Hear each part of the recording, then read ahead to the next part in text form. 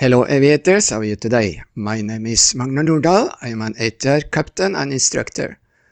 The debate surrounding the wing of the ATR-72 seems to be a never-ending story.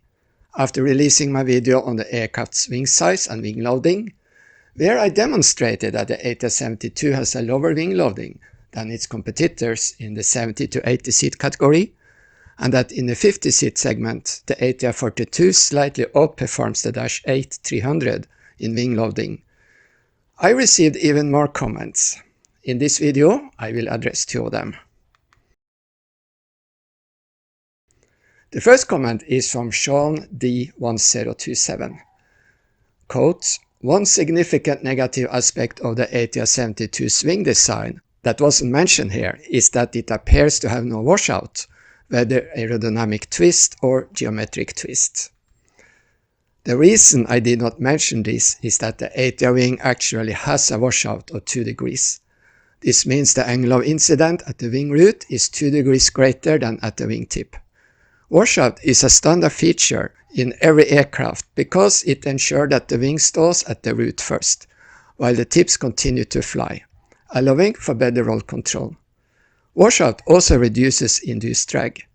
Additionally, the wing profile is thinner at the tip than at the root, 13% versus 18%, and this reduces induced drag further. The airfoil used in the ATR is very efficient, but when the aircraft stops flying, it experiences an abrupt stall.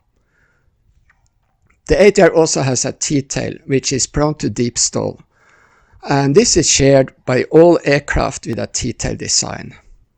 To protect the aircraft from stalling, it is equipped with a stall protection system in 2 levels. When the angle of attack exceeds the first threshold, an Nordal alert and the stick shaker are triggered. If the angle of attack continues to increase, the stick pusher is triggered and forces the yoke forward. Next time you are in the simulator, switch off the stick shaker and stick pusher and stall the aircraft with idle power. If you are flying coordinated, the nose will drop when the aircraft stalls.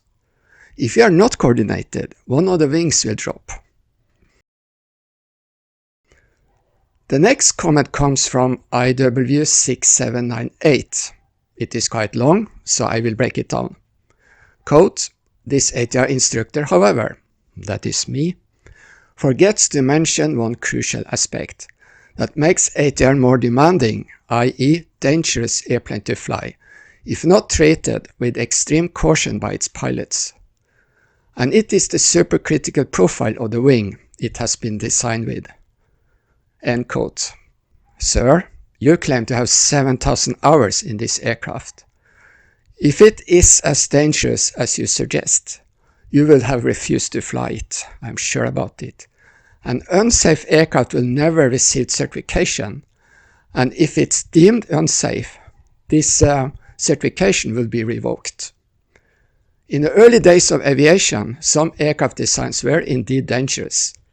A notorious example is the Christmas bullet, of which 2 were built. Both crashed on the maiden flights, leading to the pilot's death. As for the ATR, it does not have a supercritical wing. I believe you meant a laminar flow wing. Supercritical wings are commonly found on commercial airliners. The wing is optimized for high subsonic speeds, typically in the range of Mach 0.7 to 0.9. And compared to other wings, a supercritical wing features a flat upper surface and a more curved lower surface. This design helps reduce shock waves and drag. ATR aircraft are not designed for high subsonic speeds, and the wings are not supercritical. However, ATR engineers equip the aircraft with a highly efficient wing. The ATR wing can be described as a hybrid laminar flow wing. Laminar flow wings are designed to reduce drag by ensuring a smooth airflow over as much of the wing surface as possible. This is accomplished by positioning the point of maximum thickness further aft of the leading edge. This delays the transition from laminar airflow to turbulent airflow, thereby reducing drag and improving efficiency.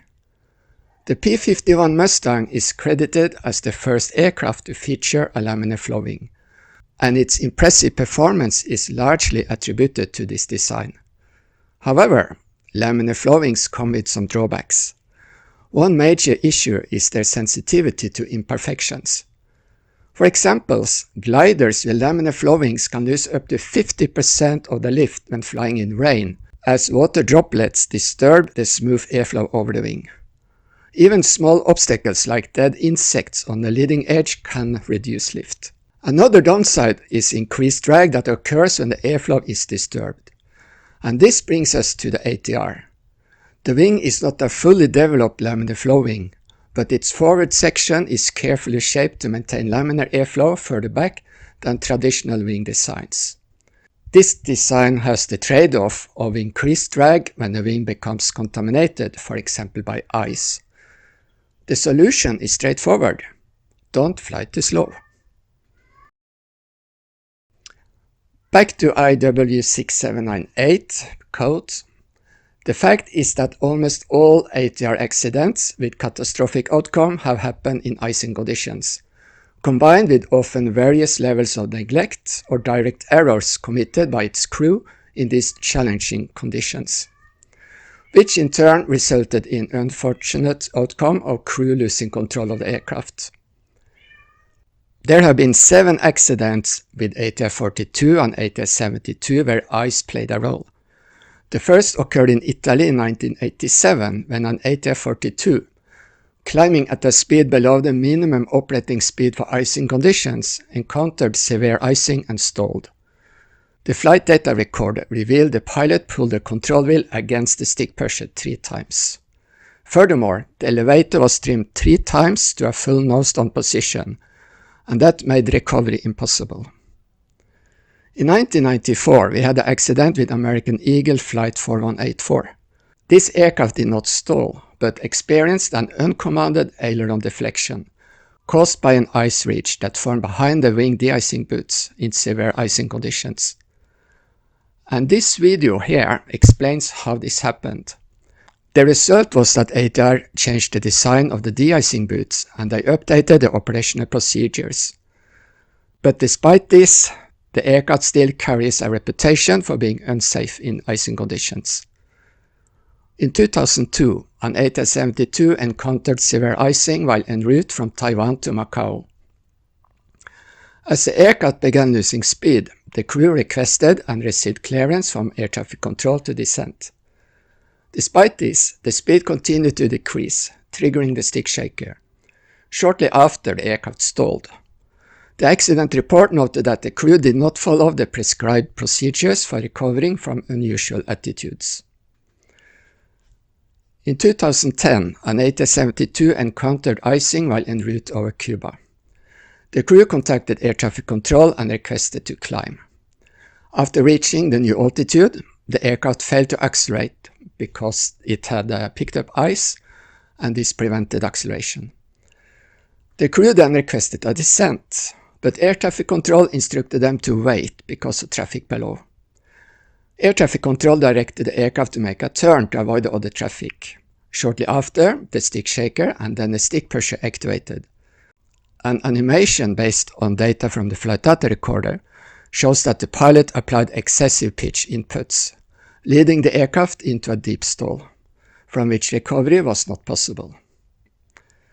A very similar accident happened in 2024, when an ATR-72 over Brazil was in icing conditions when the wing de-icing boots failed.